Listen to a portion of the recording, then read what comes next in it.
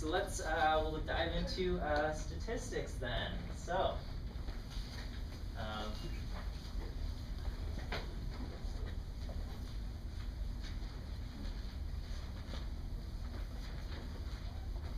and if you didn't copy everything down, that's okay. Everything you got the website though, right?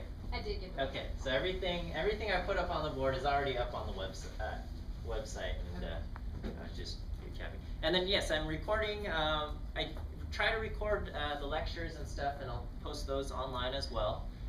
There's just a little section that says lectures, and there will be a video, so you can watch whatever I talked about today. It'll be up online probably by tomorrow or something. Sometimes I forget to post the link, okay? So if I forget to post the link, just let me know. Oh, did I mention the Facebook group? I haven't. Okay. So I've created a Facebook group for this class, and that's because students said, I don't know, not complained, but they said that they wanted to be able to meet some of their fellow classmates so they can get together and study or whatever, okay? And so just because of the format of this class where I'm just lecturing at you and we're not really, there's no real group projects or anything like that, it's not, maybe you might learn a couple of the students' names around you, but so I created a Facebook group, and so you will find the link to that on the course webpage. I think 2 students tried to join the Facebook group that I created for last quarter's class. Okay, so don't join that one or whatever. You can join that one. That's fine. But I created a new one for this quarter's class. Okay, so it'll say I don't know, Fall 2013 Stats XL 13 or something like that. So I created the new link that's on the website now, and you can join that and join the group page for this current class, okay? So Facebook group, it's optional. If you don't have Facebook, you don't have to create an account just for this thing, but I found it to be helpful. It varies from quarter to quarter. Sometimes the students are more interactive than other quarters, and that's fine. But if you have questions about the material or questions about the homework or any kind of concept, I encourage you to post your question to the Facebook group, and then other students can chime in with answers, or I also check the page, and I could provide an answer that way. And so if a lot of times other students will have the same question as you, and so your question and answer could benefit other students as well. So that's available through the Facebook group. And then, yeah, if you want to meet others for study groups or whatever, that's also a possibility. Yes? Do you also provide or post any previous midterm and final tests? I don't post previous exams, but I think I'm very fair about the stuff, and I post descriptions about the content of the exam or quizzes online. So I'll say you got to know this topic and this topic, and so I think we'll be okay. Yes. So then, do your questions come out like similar to the actual problems that we're practicing in our homework, or are they a little bit? They're a little different. Okay, they're going to be a little different. But not drastically so. Okay. Yes. Do you ever post anything on Blackboard? No, I don't really use the Blackboard website. It's just a personal preference. It's easier for me to update my own page than Blackboard's thing. Okay. And then, I also on the. What's the name of the Facebook group? I don't know. It says Stats XL 13 Fall 2013 or something like that. There's a link on the web page and homework page. Okay, there's a link to it. So, because if you try, Facebook's so giant now. If you try to search for anything, you get like 20 hits that you aren't interested in. It's like the internet Wild West when the search engines were terrible and stuff because, well, I'm not saying Facebook search is bad, it's just, there's a lot of stuff that, I don't know, just out there now, so. And then the other thing is that I need your email address, okay? So please provide your email, and so so give email address through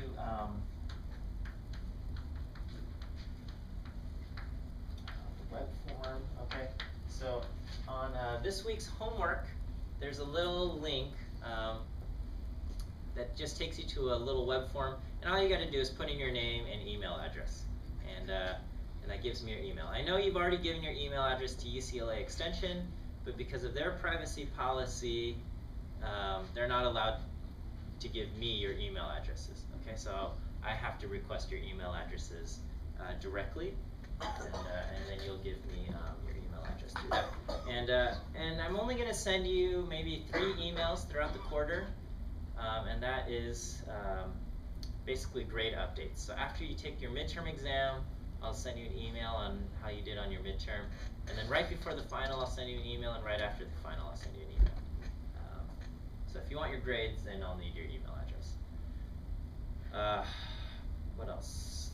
That's about it. Yes? Do we have to provide the email that we gave to UCLA No, Extension? it doesn't matter. It's just whatever email you use to communicate with, that's going to be the one to use.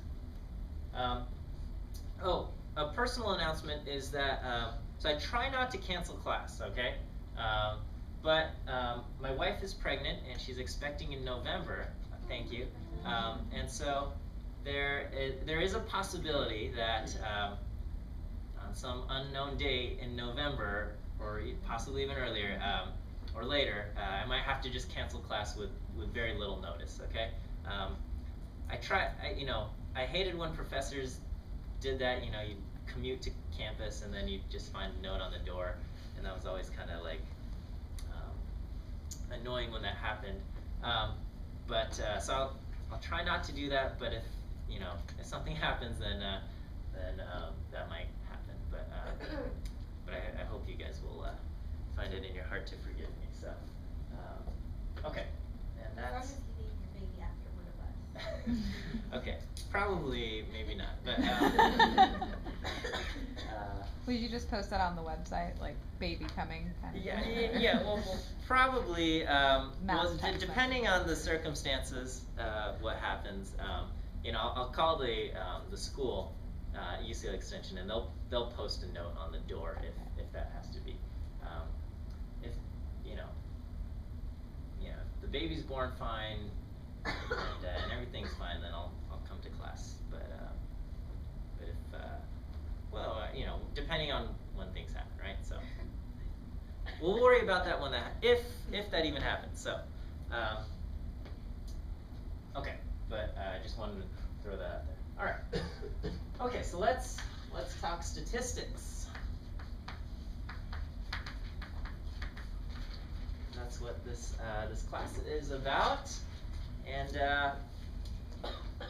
I gotta say this.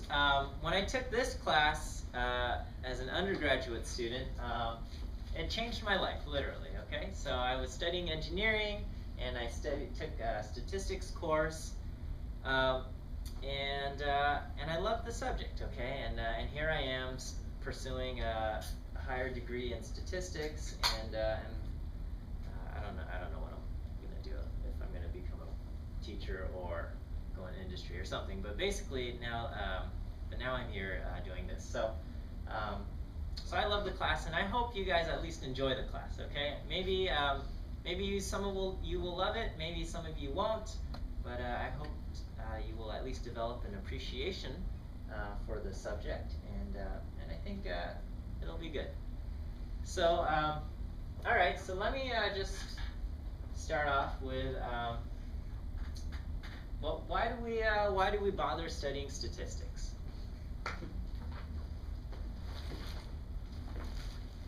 Yeah. To identify trends. To identify trends, okay.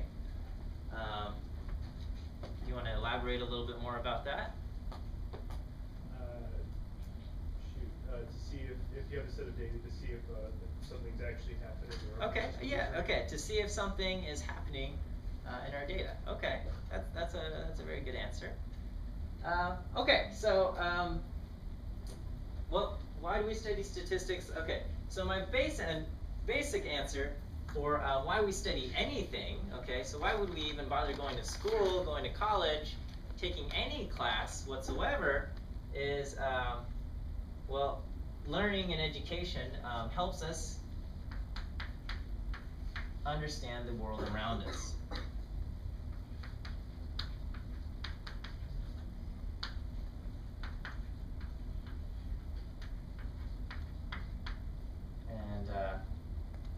And a better understanding, we hope, leads to better decisions.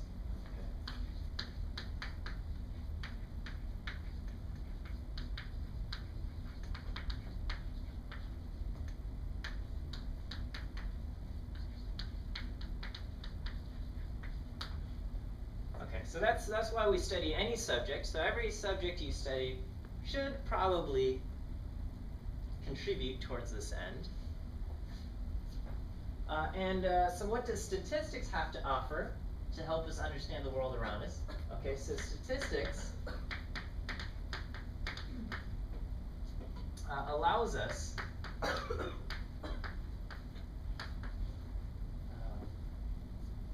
to make conclusions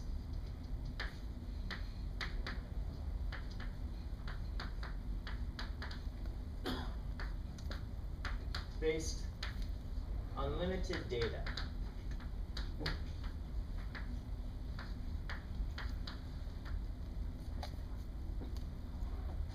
Data is information that we've gathered, okay?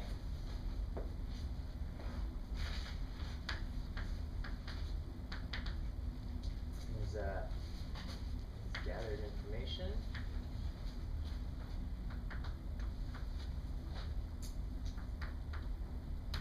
And no matter how much information we have, it's limited. We don't have all the information ever in the world. And so based on some limited information that we have, we want to be able to make conclusions about the world or about the bigger picture, I suppose. And so let me, here's an illustration that we might see quite often is the idea of a population. Okay, a population is everything or everyone that we could possibly be interested in. Okay. Oh yes, if those of you sitting in the back, I do a lot of work on the board here, and so if you have trouble seeing, please don't hesitate to move forward. You can even sit in this front row if you desire, and that's not a problem whatsoever. So the population, this is everyone we might be interested in studying.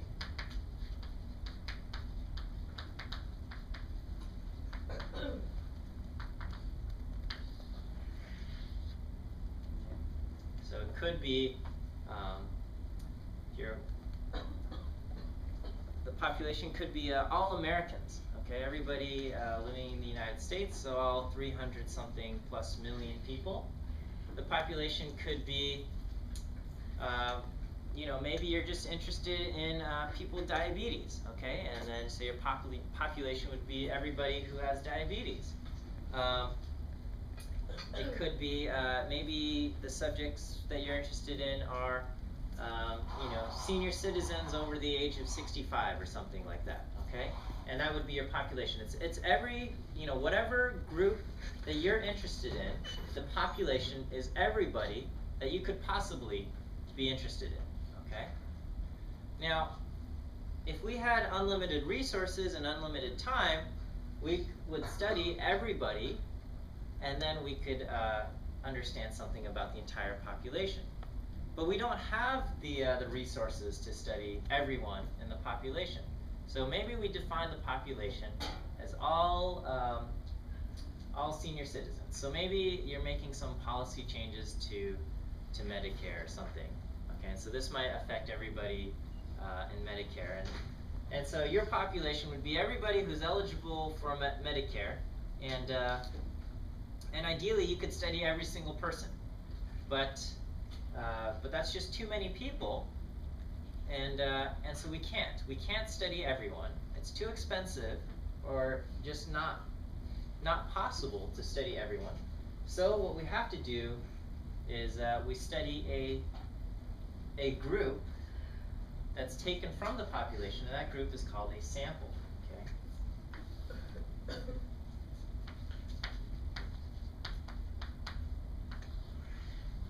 Okay, so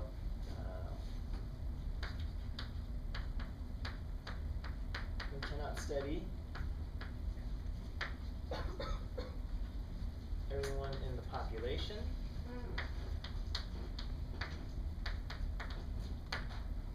So we study a sample instead.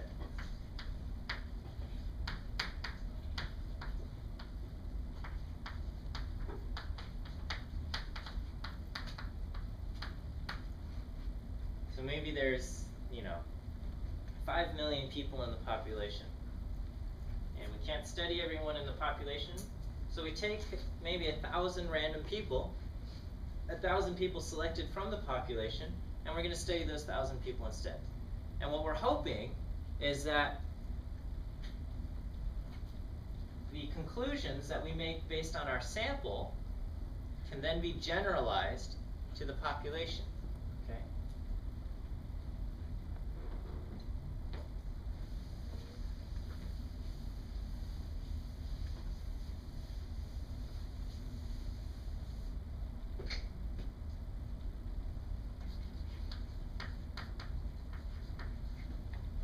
So we study a sample, and so the sample is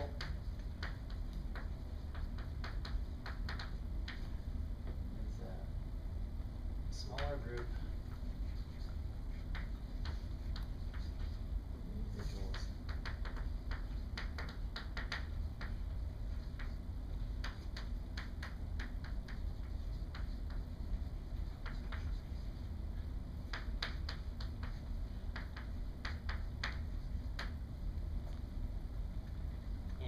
and we're hoping that conclusions that we make based off of our sample can then be generalized to the population.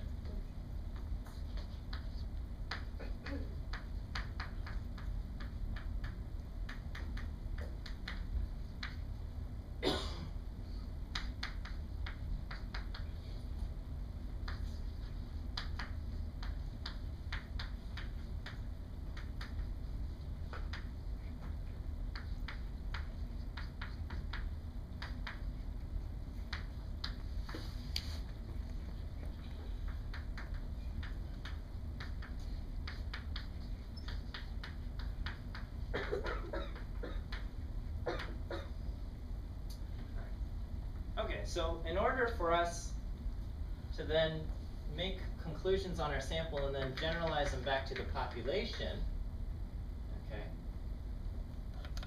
what needs to be true about our sample? I'm sorry? Needs to be representative. It needs to be representative. It needs to be representative of the population. Okay, so for this to happen,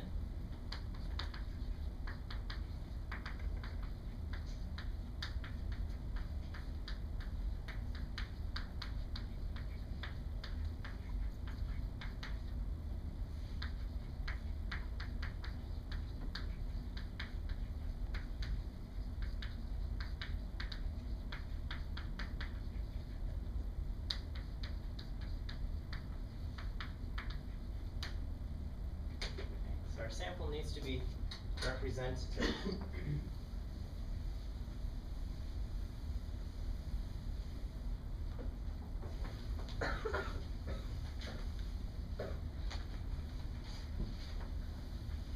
Okay, so let's so here's a silly example. Well, not a silly example, but just an example that we can use. Okay, so let's say this is This was an experiment that was done. Okay, and they want to know, is there a relationship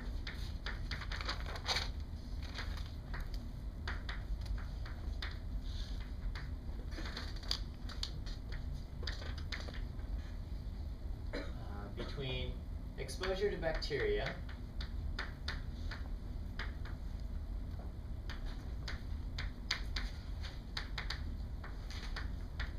and the development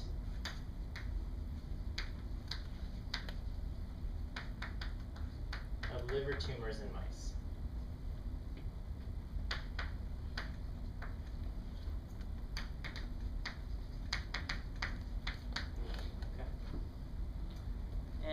And they took a total of 62 mice.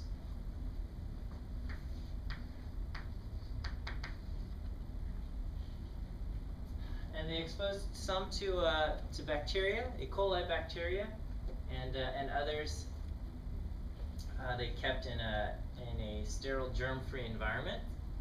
Okay, and then they let them live for a while, and then they killed all the mice and they cut them open to see if any liver tumors developed in these mice. Okay, and so this is what the data looked like at the end of their experiment. Okay, so a total of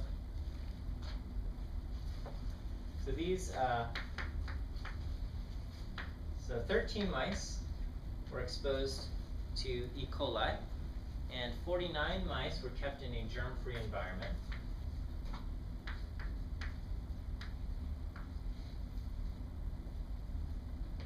And okay, and so they lived in these environments for a while, and then they ended the experiment, and they cut open the mice to see if any of them developed liver tumors. Okay, so some developed liver tumors, and others did not develop liver tumors, so no tumors.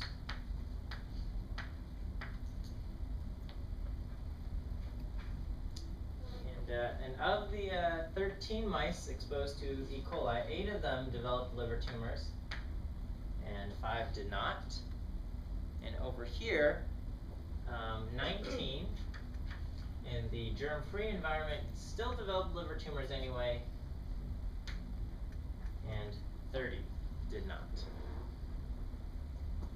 Okay, so based on this information, does it seem like there's a connection between the rates of liver tumor development and exposure to bacteria? Yes, no, maybe? Possibly. Maybe? Okay, well, let's see. All right, so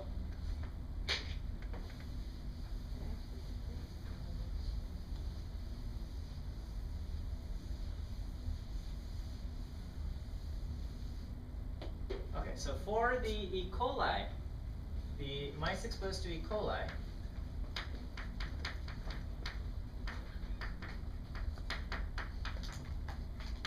what was the rate of liver tumors? 8.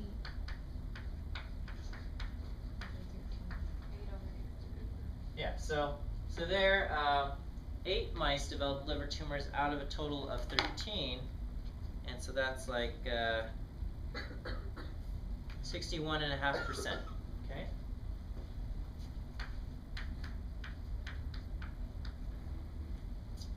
All right, and then so for the germ-free mice, the mice in the germ-free environment, the rate of tumors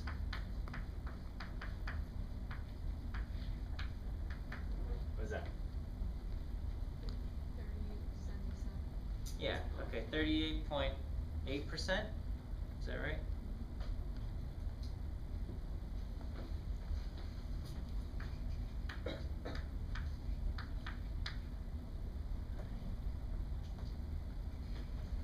Okay, so then, well, can we say anything now? So Doesn't make a difference. it seems like the mice that were exposed to E. coli have a higher rate of developing tumors than the mice kept in the germ-free environment. That seems to be what's going on. Maybe, okay, 61% versus 38.8%. Okay, but this is where statistics would come in. Okay, so you know, maybe back in junior high, if you were presented this information, and you'd say, okay, the mice that were in the E. coli batch, 62% developed liver tumors. Those that were kept in germ-free environment, 39% developed liver tumors. Therefore, 62 is bigger than 39%. Therefore, it seems that E. coli increases, or there could be a link between E. coli and a higher rate of developing liver tumors for mice. Okay. But this is where statistics comes in. Okay. So, but with statistics comes in and argues and says, you know what? At the end of the day, 27 mice developed liver tumors, and 35 mice did not.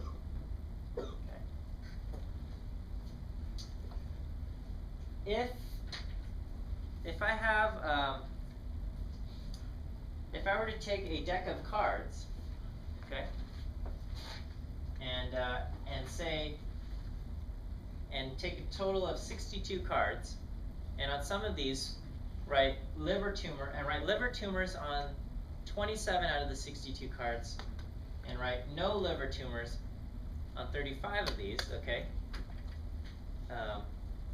I would have a deck of 62 cards, okay, and some mice would develop liver tumors and some mice might not, okay, because what a statistician might argue on the flip side is that, let's say that E. coli, the bacteria, has nothing to do with the development of liver tumors, and that just by being a mouse, some mice are going to develop liver tumors, okay? Just genetics and other things might play a factor, and they're going to develop liver tumors anyway, and it has nothing to do with being in the E. coli environment or germ-free environment, okay?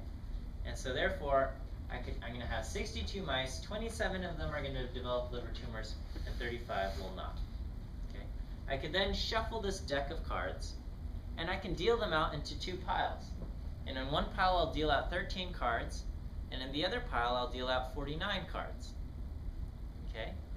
Now, because of what I did with the cards and the shuffling, okay, there's no rhyme or reason. There's no reason for one pile to have more mice with liver tumors than the other pile, right? Overall, I don't know, 27 out of 62. Overall, about 43-44% of the mice are going to develop liver tumors. So when I shuffle these up and I deal them out into two piles, I would expect about 44% of one pile to have liver tumor cards and 44% of the other pile to be liver tumor cards. Does that make sense? But because of the nature of random shuffling, I'm not necessarily going to have 44% here and 44% here, right? It's possible that if I deal out a stack of 13, I could get, so 44 out of 13, 44% out of 13 is 5.72 cards. So I could get 5 liver tumor cards, I could get 6 liver tumor cards, okay? Or just because of the nature of randomness, I could also get 7 liver tumor cards in this pile. And it's even possible that just because of random shuffling, I end up getting 8 liver tumor cards, right? So it's very possible that liver tumors has nothing to do with bacteria, and it's just that just by random chance, just from the way we assigned the mice to the different groups, that from random chance alone, I ended up getting 8 mice that were going to develop liver tumors anyway in this E. coli group. argument kind of make sense? Mhm. Yes. Okay. And it turns out we can do this and do this study, and it turns out that from random chance alone, there's about a 13% chance, or about a 12% chance from random chance alone that I'm going to end up with 8 liver tumor mice in my E. coli group. Okay, so from random chance alone,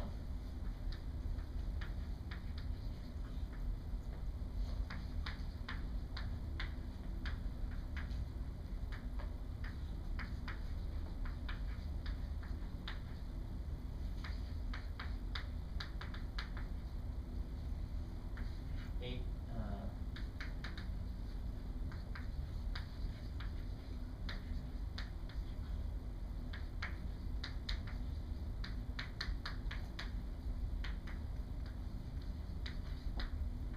in E. coli.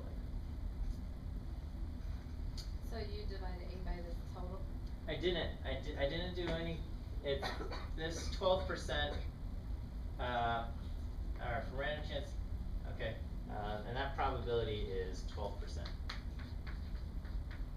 So, I'm sure, wait, what was your question? How did you get to 12%? That's my question. Okay, that's not gonna be explained today, okay? It'll be explained like in week 10, Okay. alright? But we'll get there, okay? Okay. So how I got this 12%, that doesn't matter just yet, okay? But the fact is that if I did this shuffling of cards, if I take 62 cards and just say 27 of the mice are gonna develop liver tumors anyway, it has nothing to do with putting them E. coli or germ-free. I could have just said this is the red team and this is the blue team. Does being on which team have an impact on liver tumors? And the answer is no. We know that has nothing to do with it. Okay, so but we actually exposed them to E. coli, and the question is, well, so it looked like 62% versus 39%. Does that mean E. coli is increasing the rate of liver tumors, or could this have resulted just from random chance alone? That's the question that we're balancing. Okay, and so from random chance alone, it turns out I could get this configuration of data with a 12% probability. So what do we say? Is there a link between E. coli and liver tumors? No. Not necessarily. Not necessarily. Okay. So the answer is we don't know. Okay. The answer is we don't know at this point. Okay, based on the data that we have, we don't know if there's a link between E. coli and the development of liver tumors. Okay. All we can say is that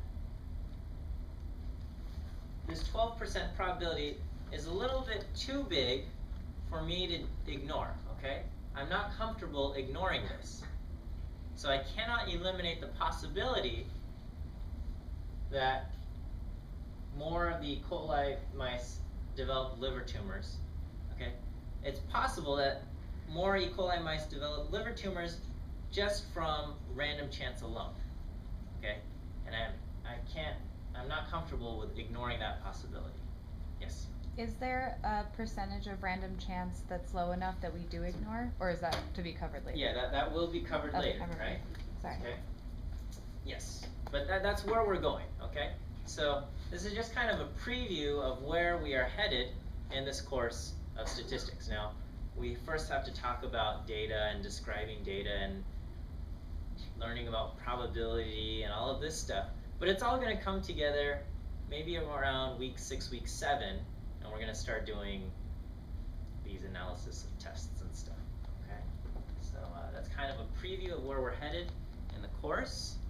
I think it's fantastic, but we shall see, okay? So I guess I'll just write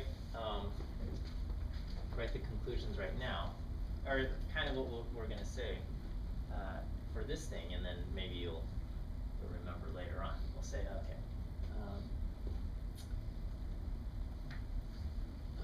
we do not want to ignore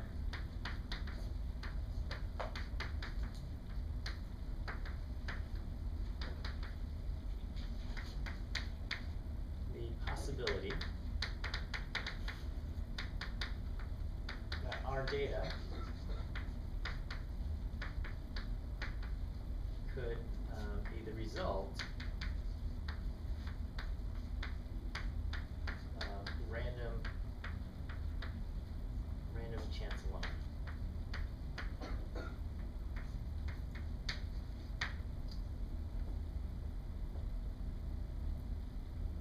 So,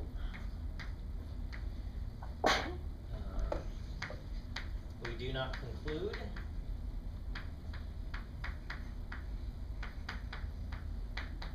that E. coli is linked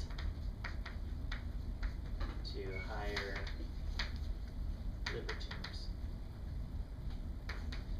higher liver tumor rate. Okay. Does that also mean that there is no link between E. coli and an increased rate of liver tumors? It doesn't mean that, right? It just means 62 mice isn't enough to give us a conclusion. Okay. So if we studied more mice, maybe we can make a conclusion about this. So right now our conclusion is inconclusive. Okay. And that happens a lot in statistics, and sometimes, I don't know, maybe it feels disappointing. But that's just how it goes. Don't try to force a conclusion here. Okay. We do not say. We don't say that there is no link.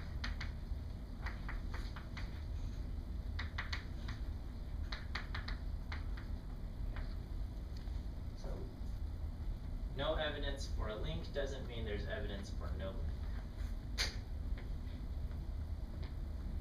Okay, well anyway, that's kind of a preview of where we are going in this class. And all of section 1.1 in your textbook kind of gives you a preview of some of the other concepts that we will cover in this class. And it feels like, oh man, here's a whole bunch of just different examples and such and such. But it kind of just gives you a preview. Alright.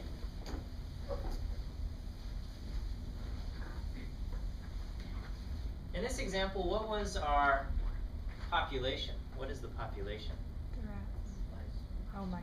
Yeah, all mice possible. All mice ever, okay? Or I guess all mice of the species that we're studying, I guess, whatever. And so, we were hoping that by studying these 62 mice, we could say something about the effect of E. coli on all mice. But, yes?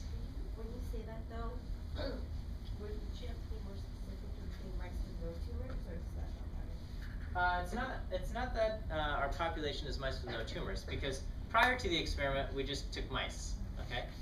And they could have had tumors already. We have no idea, okay? We just know that when we cut them open at the end of the experiment, some had tumors and some didn't. So,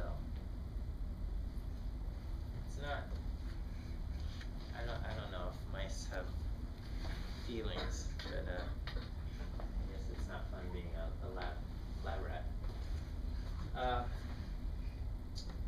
Okay, so let's just talk a little bit about where our data might come from. Okay, so gathering data, and this is just very, very, very brief, okay? People might spend,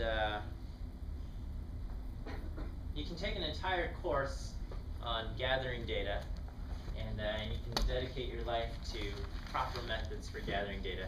But this is just going to give you kind of an overall concept of what exists out there, okay? So we can gather data through observational studies,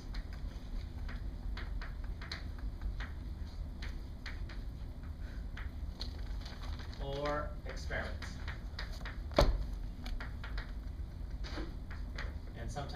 call these controlled experiments.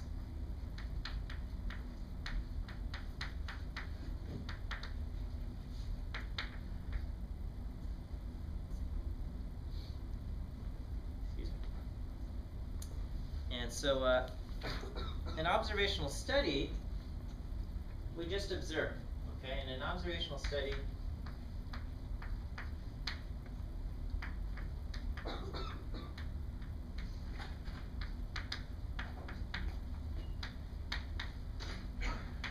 we try not to interfere with the lives of the subjects that we're studying.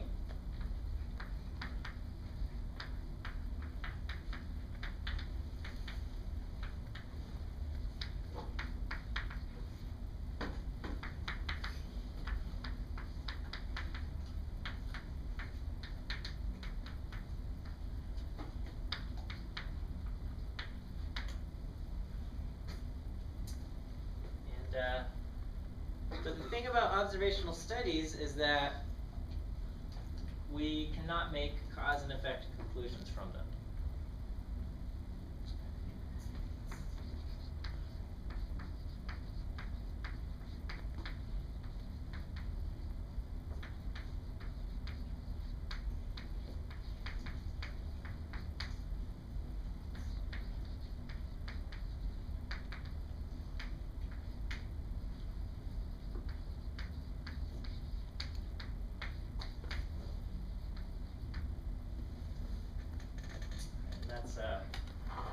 That's what we got going on for an observational study.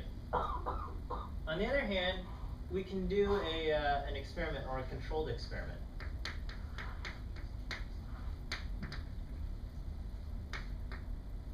So in an experiment, we do interfere with the lives of our subjects. Okay, I mean, ideally we could interfere as much as we possibly can. Okay, but not everything's ideal. Okay, so we do interfere.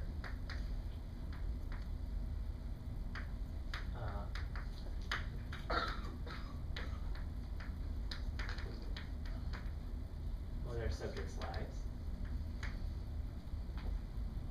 We in particular, okay, there's two things in particular that we do. We assign treatments.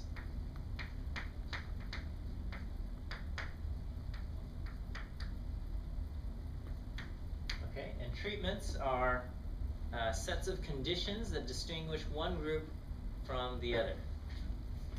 This is a set of conditions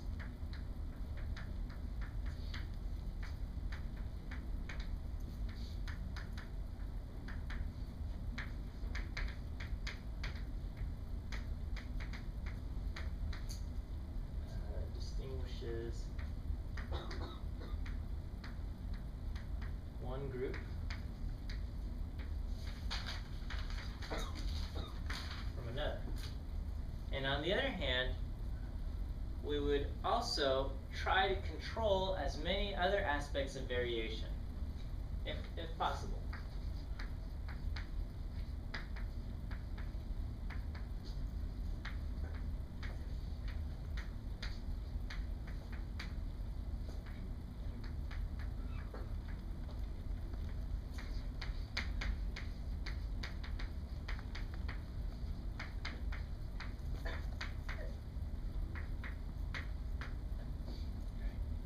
And the reasoning behind this is this.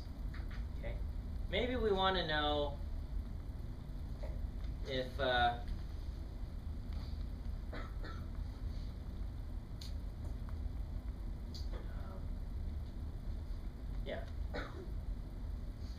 maybe we want to know if E. coli, exposure to E. coli has an effect on the development of liver tumors. Okay. And let's say we get a whole bunch of mice, all right? Last time we said 62 wasn't enough, so let's say we get a whole bunch of different mice. And so we put them into two groups, all right? And one group we're going to expose to E. coli, and the other group we're going to keep in a germ-free environment. Now, if we leave it at that, the experiment could work. But what could happen is that it's very, if we did something else? What if the E. coli, the mice exposed to E. coli, also had a different diet from the mice that were kept in the germ-free environment? Or what if the temperature over here was different than for these mice than it was for these mice? Or let's say other things were going on, or just different people were in charge at different times, and so this group of mice were under different conditions than this group of mice. Okay? Well, what we want to know is we want to know if E. coli has anything to do with liver tumors. But if there's all these other differences going on between these two groups, at the end of the day, if we do detect a difference between one group and the other, we won't know if the difference is because of the E. coli or if it's because of one of the many other things that were different between the two groups. Okay? Somebody might say, oh, it has nothing to do with the E. coli bacteria, it was the diets. The diets caused more liver tumors to grow over here, or whatever. Okay? So ideally, we control everything else about these two groups of mice. Ideally, this group of mice and this group of mice look as much identical as we possibly can make it. All the conditions are as similar as possible, with the exception of the treatment. This one gets E. coli, this one is germ-free. And if we control everything else and make those two things as alike as possible with the exception of the treatments, then at the end of the day, if we discover a difference, we can trace that difference and say everything about the mice were the same except for the E. coli, therefore the difference is probably because of the E. coli. Okay, that's ideally what we want to do. So we try to control as many other aspects of variation that we can. That way, so if any difference is detected,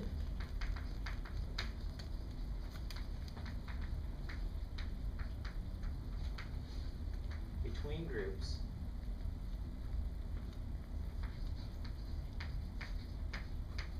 that can be attributed to the different treatments.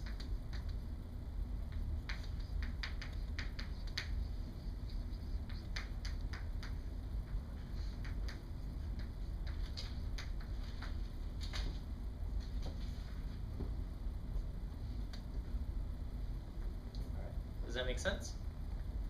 So some of the tools that we use for experiments, okay? So some tools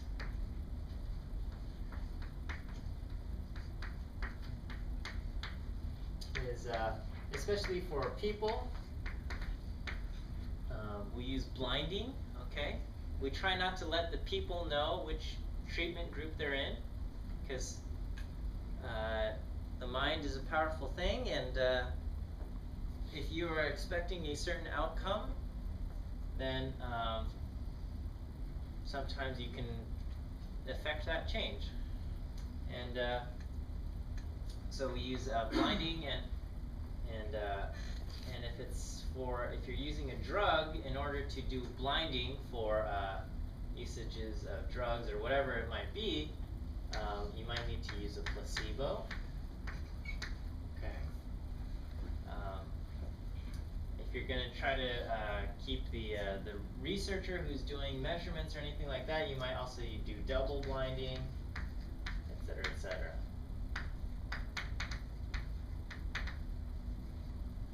Just in case somebody has to make some kind of evaluation, you don't want them making biased reports.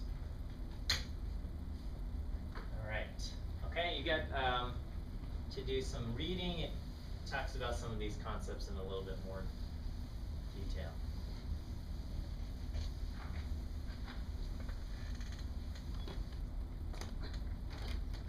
We already talked about sampling from a population and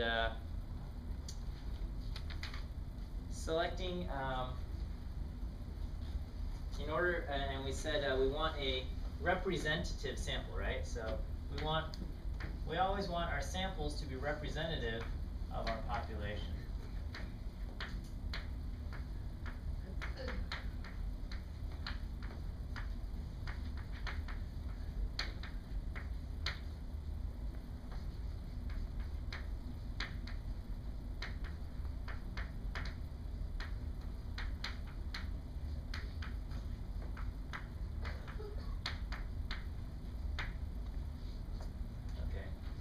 Now, the bottom line is no sample is going to be perfectly representative of the population, right? If we wanted to represent the population, that means every single person in the population should be represented somehow. But chances are, if we were to select, if there's 300 million Americans, and let's say we take a random sample of, 10,000 people, that leaves 299,990,000 people, or a lot more than that, who are not selected.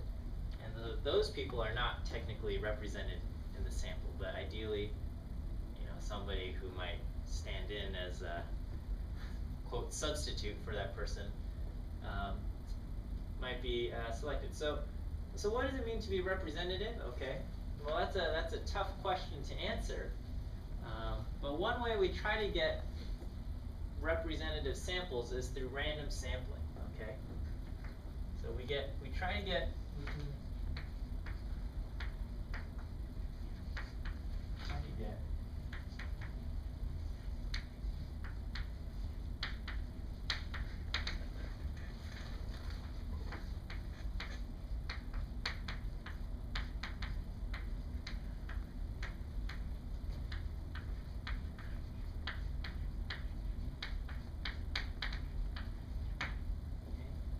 The idea behind random sampling is we select individuals one at a time at random. Every single person has an equal chance of being selected.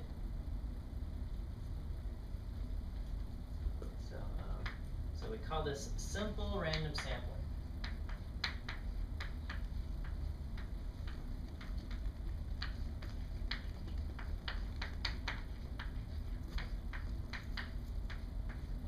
SRS,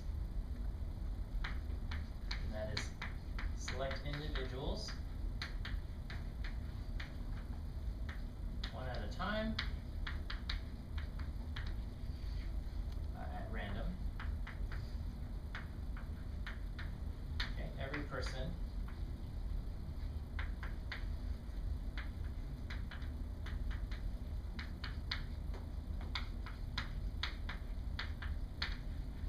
population.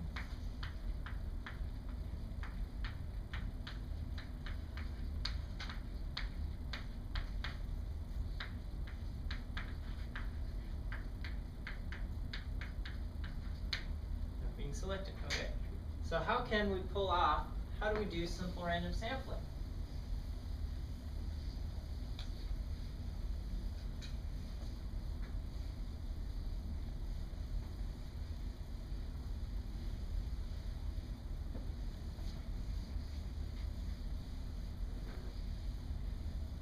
Okay. Well, let's say I had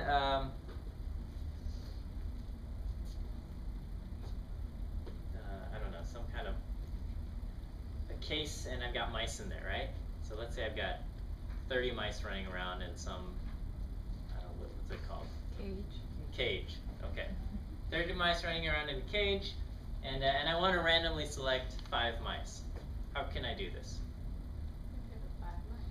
Huh? You just pick I just reach in and I grab 5 mice. Will that work? Close your eyes.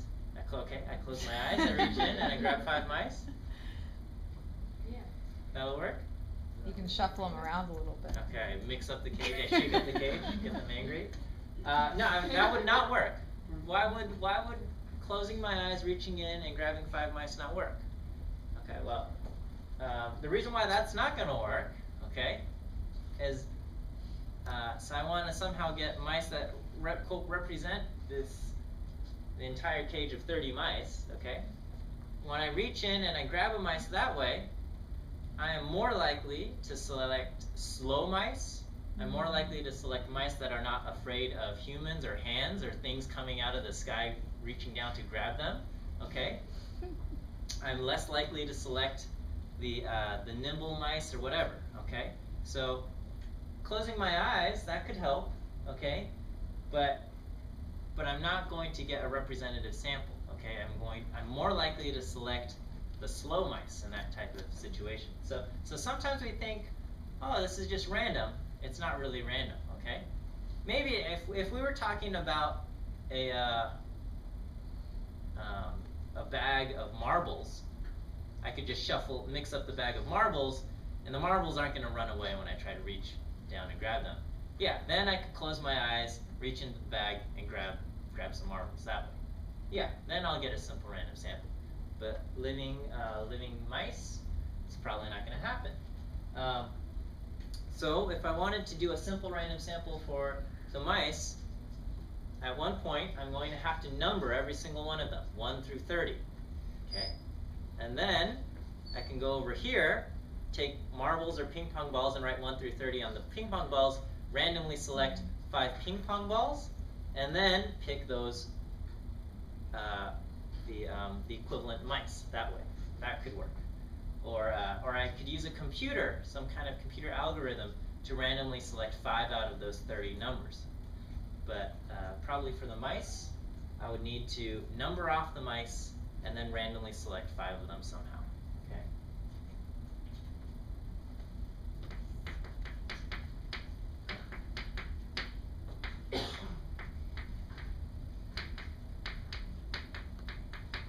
Select 5 out of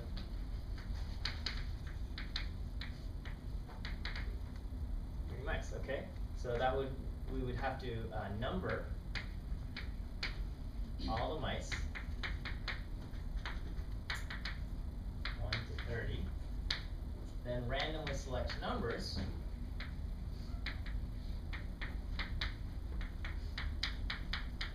Okay, so that could be done using whether ping pong balls or a computer. Okay.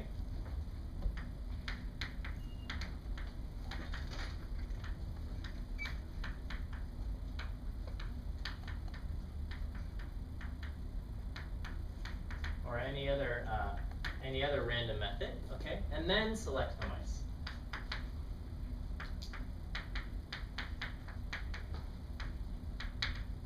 And that will help us get a random sample.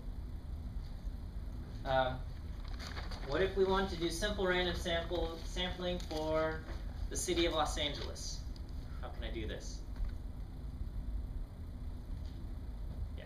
You could ask a random group of people to walk in, and like you could put like a flyer on the street and have people come in, and then you could pick randomly from those group of people that.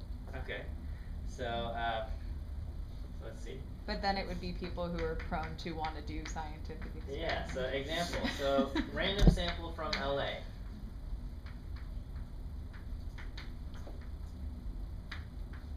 Yeah, okay, we could post up flyers around.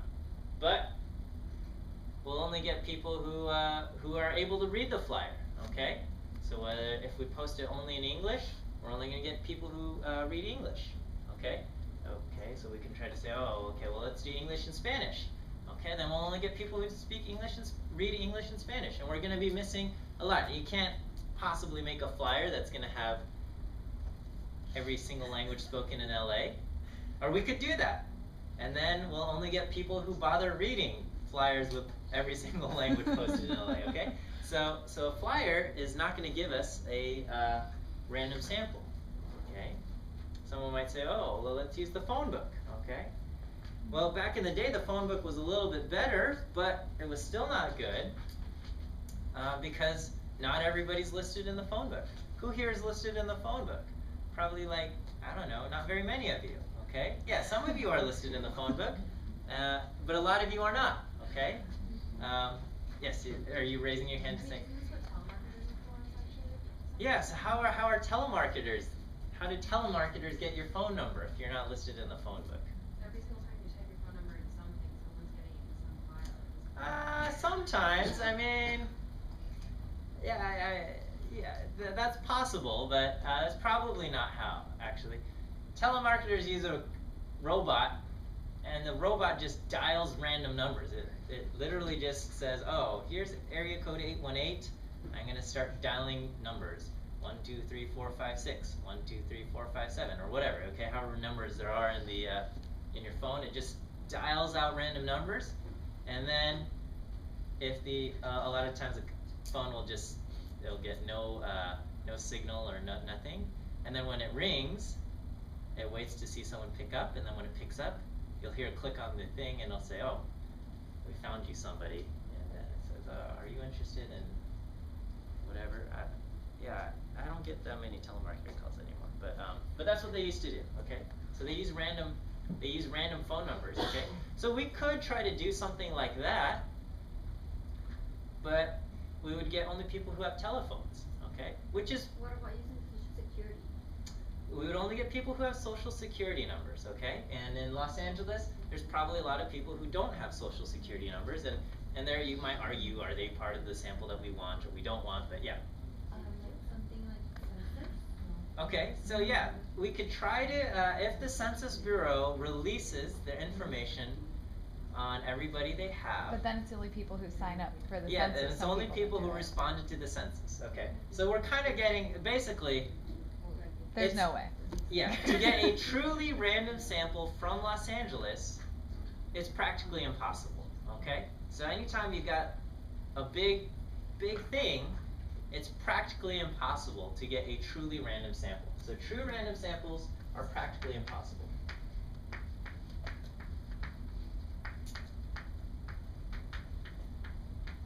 Is this for people or? Yeah, practically impossible for, I guess, for these larger groups, okay?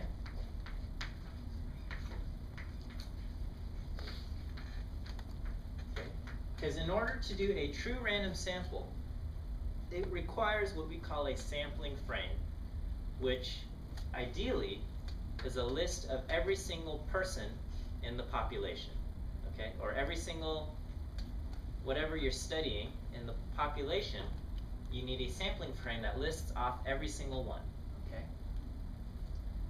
So to do true simple random sampling, you need a master list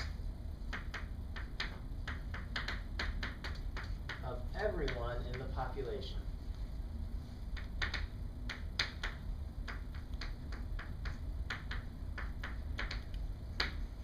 And for places like Los Angeles, that list doesn't exist.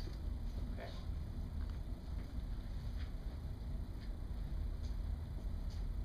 And then there's questions of who should be in this list, right? I work in LA, but I don't live in LA. Should I be in this list of people who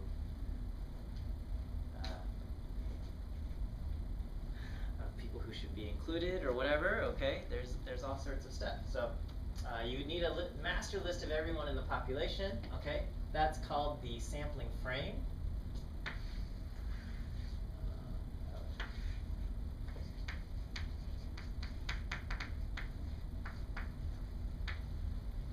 And if your sampling frame does not include everyone in the population, your sample is going to be inherently biased because it's not going to represent the people that are not in the sampling frame.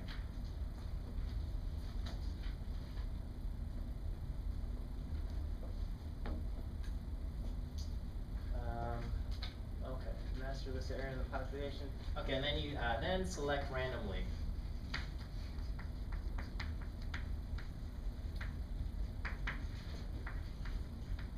From the sampling frame. So you could do simple random sampling at institutions like a school or a company, because usually they'll have a list of every single person, right? The company, you can go to HR and get everyone. The school will probably have some kind of administrative office that has a list of everyone. But anytime you've got anything much bigger than that, like LA County, they won't have a list of everyone. And the census might be pretty good, but that's only going to be as good as the most current information. All right, so that's that. There's other sampling methods that we can use to try to help us, and that's stratified sampling and cluster sampling. These also exist. they are explained in the textbook, and so I leave that up to you to do your reading, okay? And with that, let's take about a 10-15 minute break.